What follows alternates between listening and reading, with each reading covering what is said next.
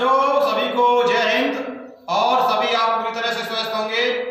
आज हम प्यारे बच्चे आपको क्लास 12th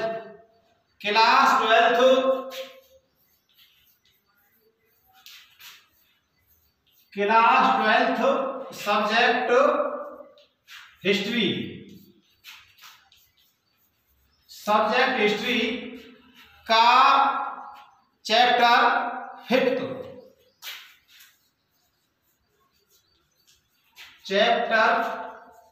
यानी कि 5वां पाठ करा रहे हैं। और जो 5वां पाठ है उसका नाम है प्यारे बच्चों यात्रियों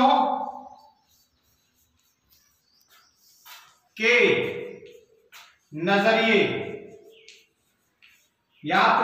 नजरिए व उनकी समझ। यात्रियों के नजरिए व उनकी समझ यानी कि ये 7वीं शताब्दी से लेकर के 17वीं शताब्दी तक का इतिहास इसमें हम आपको पढ़ाएंगे। तो क्लास 12th का सब्जेक्ट हिस्ट्री और चैप्टर है आपका 5th 5वां पाठ, जिसका नाम है यात्रियों के नजरिए व उनकी समझ।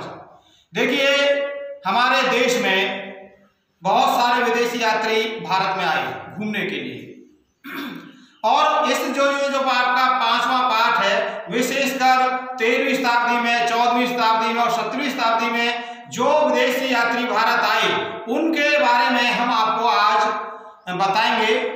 तो इस चैप्टर में जो सबसे पहला जो विदेशी यात्री था उसका नाम था प्यारे बच्चों अल्बेरूनी। क्या नाम था उसका? अल्बेरूनी।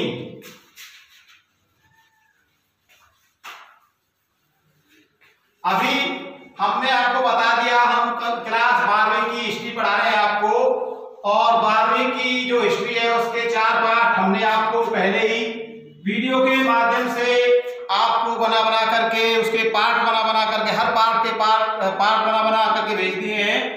और आज हम आपको 5वां पाठ करा रहे हैं यात्रियों के नजरिए। तो ये जो 5वां पाठ है ये विशेषकर यात्रियों के नजरिए या यात्रियों के बारे में है।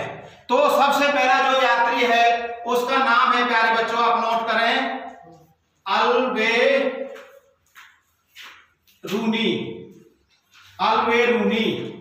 क्या नाम है उसका? अल्बेरूनी।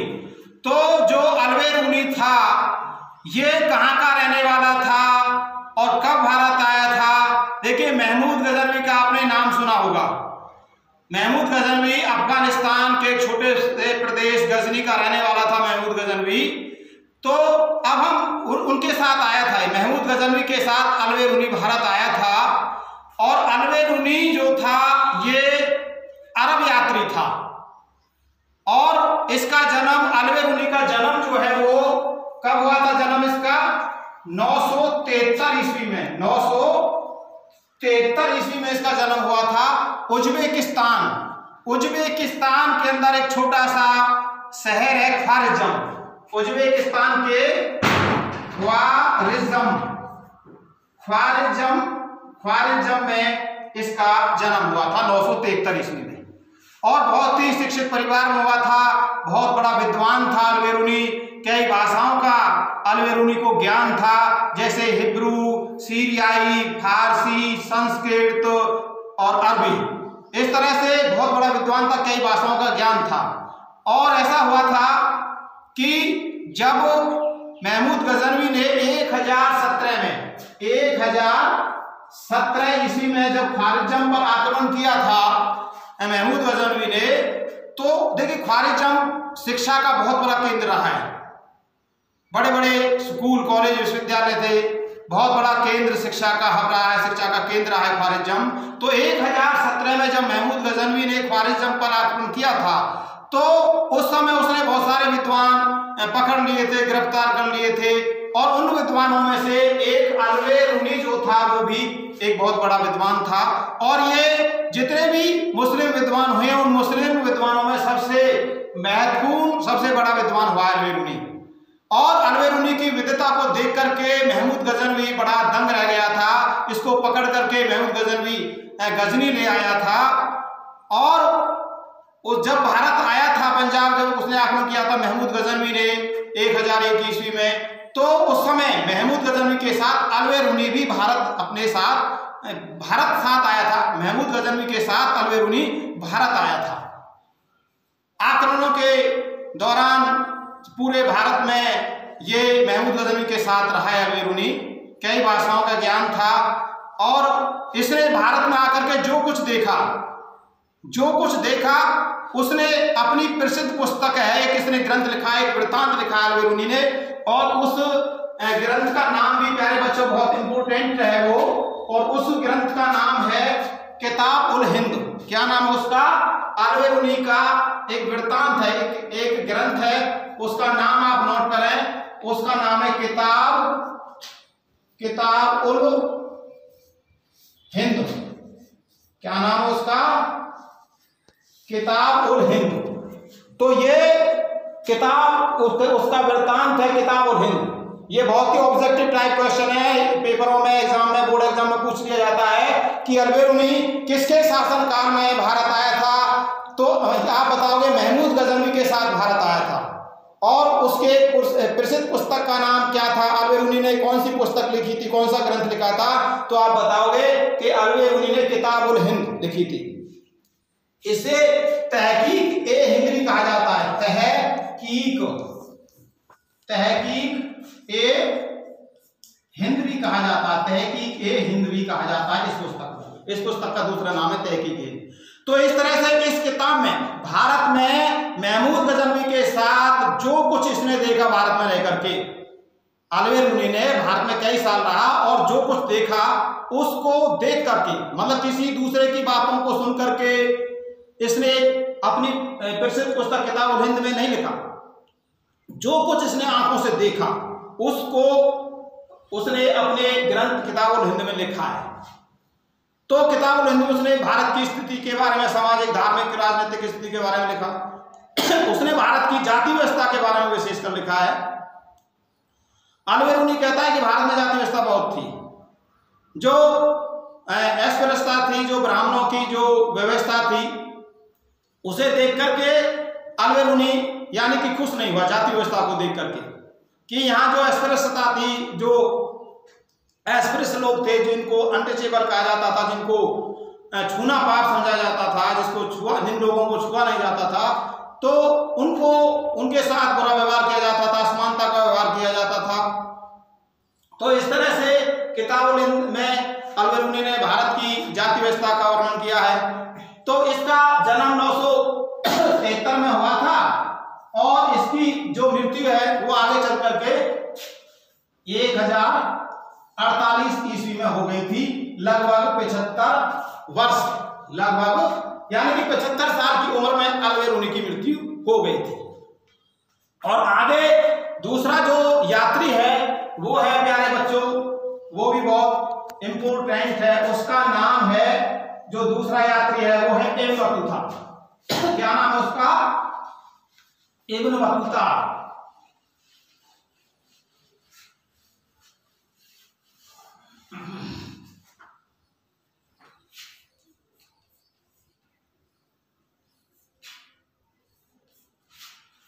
दूसरा जो यात्री है, पहला तो उसका हो गया अलवेरुनी और दूसरा यात्री है इब्न बतूता। इसे नोट करिए, इब्न बतूता। यह भी बहुत महत्वपूर्ण यात्री था, इसने भी भारत की यात्रा की थी। ये मोहम्मद बिन तुगलक के शासनकाल में भारत आया था। कोई पूछे कि भाई इब्न बतूता किस सुल्तान के शासनकाल में भारत आया था, तो आप बताओगे मोहम्मद बिन तुगलक के शासनकाल में इब्न बतूता भारत आया था। इब्न बतूता का जन्म कब हुआ था? जन्म 1304 ईस्वी में हुआ था। 1304 ईस्वी में हुआ था और इसकी मृत्यु भी लिख लो साथ साथ। मृत्यु 1377 ईस्वी में हुई थी। 73 वर्ष की आयु में इब्न बतूता की मृत्यु हो गई थी।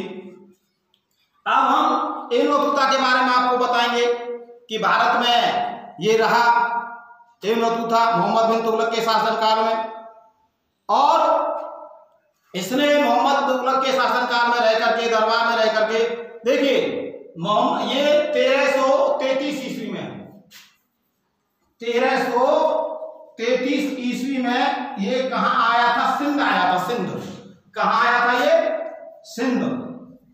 सिंध आया था प्यारे बच्चों। और वहां इसकी मुलाकात मोहम्मद बिन तुगलक से हुई, और मोहम्मद बिन तुगलक के दरबार में जब ये गया था इब्न बतूता, तो इब्न बतूता भी बहुत बड़ा विद्वान था, उसको भी कई भाषाओं का ज्ञान था, तो इसकी बुद्धिता से बड़ा प्रसन्न हुआ। कौन? मोहम्मद बिन तुगलक। तो तुगलक ने इस इब्न बतूता की बुद्धिता से खुश होकर के तुगलक ने इब्न बतूता को अपने दरबार में काजी नियुक्त कर दिया था, काजी बना दिया था इसको। काजी मीन्स न्यायाधीश बना दिया था। लेकिन क्या हुआ कि आगे चल करके मिसअंडरस्टैंडिंग हुई मोहम्मद बिन तुगलक को, तो उस गलतफहमी की वजह से इब्न बतूता को काजी के पद से हटा दिया गया और उसे जेल में डाल दिया गया। लेकिन तुगलक को बाद में उसकी ईमानदारी का मतलब, तुगलक को अपनी गलतफहमी दूर हो गई, मिसअंडरस्टैंडिंग दूर हुई, और जब मिसअंडरस्टैंडिंग दूर हो गई तो इब्न बतूता को जेल से रिहा कर दिया गया, और बाद में उसको पुनः दोबारा यानी कि अपने दरबार में काजी नियुक्त कर दिया। तो इस तरह से मोहम्मद तुगलक को ये पता था, क्या पता था कि जो इब्न बतूता है ये पूरे विश्व में हठीला यात्री के नाम से जाना जाता है। हठीला यात्री, हठीला मीन्स जिद्दी, हठीला मीन्स क्या होता है? जिद्दी। तो हठीला यात्री के नाम से जाना जाता है इब्न बतूता को। और इब्न बतूता ने प्यारे बच्चों एक प्रसिद्ध पुस्तक लिखी थी, उस पुस्तक का नाम है रिहला। क्या नाम है उसका? रिहला। रिहला। ये भी आप ध्यान रखेंगे कि इब्न बतूता किस शासक के शासनकाल में भारत आया था, तो आप बताओगे कि इब्न बतूता मोहम्मद बिन तुगलक के शासनकाल में भारत आया था। और इसका इब्न बतूता ने कौन सा ग्रंथ लिखा था, तो आप कहोगे रिहला। इब्न बतूता ने भारत में रह करके, इब्न बतूता ने तुगलक के दरबार में रह करके, भारत में रह करके, मतलब ये घूमा, हठीला यात्री तो था ही, और विशेषकर जो जोखिम भरे रास्ते थे उनकी यात्रा करता था, डरता नहीं था। 21 वर्ष की उम्र में इसने यात्रा करनी शुरू कर दी थी, घर छोड़ दिया था। देखिए अपना ये रहने वाला कहाँ था? Ibn Battuta. इब्न बतूता का जन्म मैंने आपको बताया था कि भाई 1304 में हुआ था। कहां पर हुआ था? ये उत्तरी अफ्रीका में मोरक्को है, उत्तरी अफ्रीका में मोरक्को,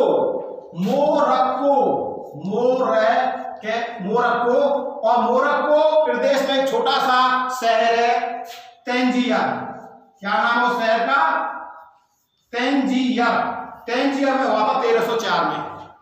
ठीक है, तो ये ध्यान रखना, इब्न बतूता उत्तरी अफ्रीका के मोरक्को का रहने वाला था। मोरक्को एक प्रदेश है और इसका जन्म तंजीयर में हुआ था। मोरक्को के अंदर एक छोटा सा शहर है तंजीयर। तो ये भारत आया, मोहम्मद तुगलक के दरबार में रहा, भारत में रह करके जो कुछ देखा उसने मोहम्मद तुगलक के शासनकाल के बारे में और भारत की सामाजिक, धार्मिक, आर्थिक स्थिति के बारे में, और विशेषकर इसने भारत में आकर के अपनी प्रसिद्ध पुस्तक, अपने ग्रंथ रिहला में लिखा। क्या लिखा? एक तो भारत की इसने डाक व्यवस्था के बारे में लिखा है कि भाई भारत की डाक व्यवस्था कैसी थी। दो प्रकार की डाक व्यवस्था के बारे में लिखा है। एक तो अश्व यानी कि घोड़ों वाली व्यवस्था, अश्व डाक व्यवस्था, और एक देखिए पैदल डाक व्यवस्था, मतलब घोड़ों के द्वारा जो चिट्ठी है वो पहुंचाई जाती थी, खबर पहुंचाई जाती थी सम्राट तक, सुल्तान तक। एक पैदल यानी कि छड़ी लेकर के, एक हाथ में छड़ी होती थी और एक हाथ में चिट्ठी होती थी, उसको लेकर के 3 मील तक वो आदमी दौड़ता दौड़ता जाता था, और उसके जब 3 मील दूर जो आदमी मिलता था, चौकी होती थी, तो वो उसको पहुंचाता था और आगे वाला अगले वाले को पहुंचाता था। इस तरह से 5 दिन के अंदर अंदर वो खबर यानी कि चिट्ठी या खबर तो सुल्तान तक पहुंच जाती थी, दिल्ली पहुंच जाती थी। सिंध से दिल्ली पहुंचने में वैसे 50 दिन का समय लगता था, लेकिन इस डाक व्यवस्था के द्वारा आदमी एक स्थान से दूसरे स्थान पर जाता था लेकर के चिट्ठी, तो ये 5 दिन का समय लगता था। तो इस तरह से डाक व्यवस्था के बारे में लिखता है इब्न बतूता। और भारत की दास प्रथा के बारे में लिखता है। दास प्रथा बहुत ज्यादा खराब थी, दासों की स्थिति बहुत ज्यादा दयनीय थी समाज में। सबसे ज्यादा दयनीय स्थिति दासों की थी, उनसे 12-12, 14-14 घंटे काम लिया जाता था, दासों को बंदी बना करके रखा जाता था। और हर जो अमीर लोग होते थे, अब 2 या 3 हर घर के अंदर दास मिलते थे, मतलब कम से कम 2 दास तो हर व्यक्ति रखता था। तो इस तरह से जो दासों की व्यवस्था थी उसके बारे में इब्न बतूता लिखता है अपनी प्रसिद्ध पुस्तक रेहला में। और भारत की एक और अद्भुत उसने चीज देखी, वो क्या देखी इब्न बतूता ने भारत में रह करके? पान और उस ये जो नारियल और पान के बारे में उसने लिखा है रेहला के अंदर। नारियल का जो वृक्ष है, जो पेड़ है, उसको बहुत अद्भुत लगा। किसको? इब्न बतूता को। उसने देखा कि भाई ये जो नारियल का जो पेड़ है ये खजूर के पेड़ की तरह दिखाई देता है, और इसमें जो नारियल में जो फल लगता है वो उसे बड़ा अद्भुत लगा। उसने उसकी व्याख्या कैसे की है कि भाई जो नारियल का जो फल है वो ऐसा लगता है जैसे कि आदमी का सिर हो, मस्तिष्क की तरह उसने उसकी संज्ञा दी, मतलब उसको नाम दिया नारियल के फल को, क्योंकि उसमें बाल होते हैं सिर में, जैसे हमारे आदमी के सिर में जो बाल होते हैं, और आगे थोड़ी सी 2 आंखें होती हैं, मुंह होता है जैसे आदमी का। तो इसी तरह से नारियल के जो फल है जैसे उसमें बाल होते हैं, रेसे होते हैं, तो उसने उसको सिर बताया, और आंखें भी उसमें होती है, मस्तिष्क की तरह उसने उसको बताया नारियल के फल को। और उसने कहा कि वैसे रस्सी बनती है, और एक फल तो है ही, ये खाने के लिए भी काम आता है, इसका पानी भी जो अंदर होता है वो पीने के लिए काम आता है, जो स्वास्थ्य के लिए बहुत अच्छा होता है। इब्न बतूता ने नारियल के फल के बारे में बताया, और पान के बारे में उसने लिखा। पान भी उसको मतलब खाते हुए दिखाई दिए लोग, भारत के लोग पान उस समय बहुत ज्यादा खाते थे। पान का जो पौधा है उसमें देखो बेल होती है, बेल जैसे भाई दीवार पर चढ़ जाती है, पेड़ पर चढ़ जाती है घूम फिर करके, तो उसमें फल तो नहीं लगता। और उसमें जो पान वाली जो पौधा होता है, पत्ते आते हैं, और पत्ते खाने के लिए काम आते हैं, सुपारी रख करके लोग उसको खाते हैं, चबाते हैं, फिर उसको थूक देते हैं। तो इस तरह से नारियल और पान के बारे में लिखा है इब्न बतूता ने। उसके बाद भारत की सती प्रथा के बारे में लिखा है। भारत की सती प्रथा उसको बहुत मतलब दिल दहला देने वाली प्रथा देखने को मिली। जो इब्न बतूता था उसने खुद लिखा है, खुद आंखों से देखा है। एक 3 जो औरत थी जो विधवा हो गई थी, उन 3 औरतों के जो पति हैं वो किसी युद्ध में शहीद हो गए थे, यानी कि मर गए थे, और उनकी जो औरतें थी तो विधवा हो गई। उन जो युद्ध में जो मर गए थे, जो व्यक्ति मर गए थे, उनकी औरतों को, उनकी पत्नियों को सती होना पड़ा। और सती प्रथा उस समय प्राचीन काल से चली आ रही थी, बहुत बुरी प्रथा थी, बहुत बुरी प्रथा थी। इस प्रथा को इब्न बतूता ने ऐमान भी करार दिया। इब्न बतूता कहता है कि मैंने खुद सती होते हुए देखी थी 3 औरतों को। वो कैसा वो बताता है, वो रेहला में लिखता है। खुद इब्न बतूता कहता है कि जब वो युद्ध में मर गए थे, जब उनके पति, और उनको जब सती होने के लिए ले जाया जा रहा था, तो 3 दिन तक उनको खूब तरह तरह के स्वादिष्ट भोजन दिए गए, नाच गाने उनके साथ गाए गए, उन्होंने गीत गाए। और चौथे दिन घोड़ों को सजा कर लाया गया, 3 घोड़े लाए गए, और उनको भी सजा करके, अच्छे कपड़े पहना करके, सुगंधित तेल लगा करके उन औरतों को अलग अलग 3 घोड़ों पर बैठाया गया। और इस तरह से बैंड बाजों के साथ गीत गाया कर पीछे जो लोग चल करके, हिंदू लोग या ब्राह्मण लोग चले, और उनको इस तरह से उनको उस 3 महिलाओं को कहाँ ले गए? उस घटना स्थल पर ले गए जहां सती उनको होना था। और सती, क्योंकि सम्राट की आज्ञा के बिना सती नहीं हो सकती थी, इजाजत लेनी पड़ती थी सम्राट को, यानी कि जो भी और सती होती थी तो उसको जलाने के लिए सम्राट से आज्ञा लेनी पड़ती थी। सम्राट से आज्ञा ली गई, और वहां जब घटनास्थल पर पहुंचे लोग, तो वहां लोग अपने हाथों में लकड़ी लेकर के खड़े थे, कुछ पतली लकड़ी, कुछ मोटी लकड़ी, और पहली औरत उसमें अग्नि में मतलब इच्छा से उसमें प्रवेश कर गई, यानी कि कूद गई अग्नि में। तो इस तरह से इब्न बतूता कहता है मैंने खुद उनको देखा और मेरा दिल दहल गया।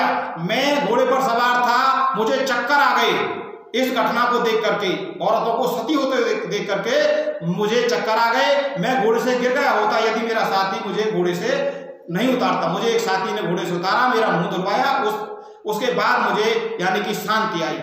उनकी इस सती प्रथा को देख करके मेरा जो दिल था वो दहल गया। इस तरह से इब्न बतूता बताता। बाद में 1829 ईस्वी में राजा राममोहन राय ने, राजा भाई हिंदू जो मुस्लिम जो शासक हुए हैं और अंग्रेज भी शासक रहे हैं, अंग्रेज और मुसलमान शासकों ने इस प्रथा के बारे में कोई हस्तक्षेप नहीं किया, क्योंकि वो समझते थे कि ये हिंदुओं की, ये उनकी जो ये धार्मिक कृत्य है, उन्होंने हस्तक्षेप करना कोई समझदारी नहीं समझा। लेकिन बाद में 1829 ईस्वी में हमारे जो समाज सुधारक हुए राजा राममोहन राय, उन्होंने इस प्रथा को बंद करने के लिए कदम उठाया और देश के कोने कोने में जाकर के राजा राममोहन राय ने इस सती प्रथा को आप सभी जानते होंगे कि जब किसी औरत का पति मर जाता था तो उसके मरने के बाद उसकी औरत को यानी कि विधवा को, बहुत सी औरतें तो ऐसी होती थी जो अपनी इच्छा से सती हो जाती थी और बहुत सी औरतें ऐसी होती थी जो सती होना नहीं चाहती थी। ऐसी औरतों को जबरदस्ती आग में धकेल करके उनको यानी कि चिता में जलना पड़ता था, अपने पति की चिता के साथ, या बाद में उनको अग्नि में डाल करके सती होना पड़ता था, उनको जबरदस्ती सती होना पड़ता था। तो इस अमानवीय प्रथा के विरोध में आवाज उठाई राजा राममोहन राय ने। वो देश के कोने कोने में घूमे, प्रचार किया कि भाई इस प्रथा को बंद कर देना चाहिए, बहुत बुरी प्रथा है। लेकिन कानून बनाने वाले कौन थे? कानून मिटाने वाले, बनाने वाले अंग्रेज थे। तो इसलिए लोग कानून से मानते हैं। राजा राममोहन राय उस समय भारत के governor general Lord William Bentinck से मिले और लॉर्ड विलियम बेंटिंक से जाकर के राजा राममोहन राय ने लॉर्ड विलियम बेंटिंक से अनुरोध किया, रिक्वेस्ट की कि सर हमारे देश में सती प्रथा एक बहुत बुरी प्रथा है, आप कृपया करके मेहरबान, इस सती प्रथा से हर वर्ष हजारों निर्दोष महिलाएं, बेकसूर महिलाएं मौत के मुंह में चली जाती हैं। हमारे देश में सती प्रथा बहुत बुरी प्रथा है। सर आपसे निवेदन है, अनुरोध है कि आप हमारे देश से इस बुराई को, सती प्रथा जैसी बुराई को जड़-बूड़ समाप्त कर दीजिए। लॉर्ड विलियम बेंटिंक ने राजा राममोहन राय के अनुरोध पर कानून बना दिया। क्या कानून बनाया? सती प्रथा पर पूरी तरह से 1829 ईस्वी में लॉर्ड विलियम बेंटिंक ने सती प्रथा पर पूरी तरह से रोक लगा दी और एक कानून बना दिया कि कोई भी व्यक्ति किसी भी औरत को सती होने के लिए विवश नहीं करेगा, और यदि कोई व्यक्ति किसी औरत को सती होने के लिए विवश करेगा तो उस पर हत्या का मुकदमा लगा करके उसको जेल में डाला जाएगा। तो लॉर्ड विलियम बेंटिंक के इस प्रकार के सख्त कानून से सती प्रथा पर पूरी तरह से 1829 ईस्वी में राजा राममोहन राय के प्रयास से और लॉर्ड विलियम बेंटिंक के सख्त कानून से यह सती प्रथा पूरी तरह से 1829 ईस्वी में बंद हो गई। तो इस तरह से सती प्रथा के बारे में जो एन बतूता है वो लिखता है। तो और अगला ये आगे चल करके जैसे हम बता रहे थे कि भाई 1304 में एन बतूता का जन्म हुआ और एला नामक ग्रंथ में इसने भारत की सामाजिक धार्मिक स्थिति का वर्णन किया है। और आगे चल करके भाई 1377 में 73 वर्ष की आयु में एन बतूता की मृत्यु हो जाती है। आगे एक और आज यात्री आया था, ये उस यात्री का नाम था प्यारे बच्चों फ्रांसवा बर्नियर। क्या नाम था उसका? फ्रांसवा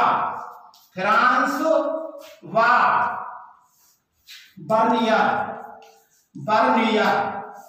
ये 1656 से लेकर के 1668 ईस्वी तक लगभग 12 वर्ष तक ये भारत में रहा था। शाहजहां के शासनकाल में आया था फ्रांसवा बर्नियर, फ्रांस का रहने वाला था, और बाद में दारा शिकोह के दरबार में यह चिकित्सक रहा था। दारा शिकोह का, शाहजहां के पुत्र दारा शिकोह का चिकित्सक बनकर के रहा था फ्रांसवा बर्नियर। इसने एक प्रसिद्ध पुस्तक लिखी थी, travels in the Mughal empire. क्या नाम था इसकी पुस्तक का नाम? Travels, TRAVELS, travels in the Mughal empire, MUGHAL, Mughal empire, EMPIRE, Mughal empire. तो ये इसकी प्रसिद्ध पुस्तक है, travels in the Mughal empire. ये फ्रांसवा बर्नियर ने लिखी थी। तो ये हमारे यात्री जो भारत में आए, भारत की सामाजिक धार्मिक आर्थिक स्थिति के बारे में, राजनीतिक स्थिति के बारे में लिखा। तो ये प्यारे बच्चों पहला पार्ट है, फर्स्ट पार्ट आज हम आपको बना रहे हैं। इसको आपने सुनना है, समझना है, ध्यान से ये वीडियो देखनी है, सुननी है, समझनी है। ये 5वें पार्ट का पहला पार्ट है, तो इसको आप ध्यान से सुनेंगे। वीडियो काफी लंबी हो जाएगी क्योंकि लंबी वीडियो से आप परेशान हो जाते हैं, अपलोड करने में परेशानी आती है। कल हम अगला सेकंड पार्ट लेकर के आपके सामने उपस्थित होंगे और मैं आशा करता हूं कि आप इस वीडियो को ध्यान से सुनेंगे और समझेंगे और इनको आप याद करेंगे। तब तक के लिए आपसे मेरी नमस्कार। जय हिंद, जय भारत।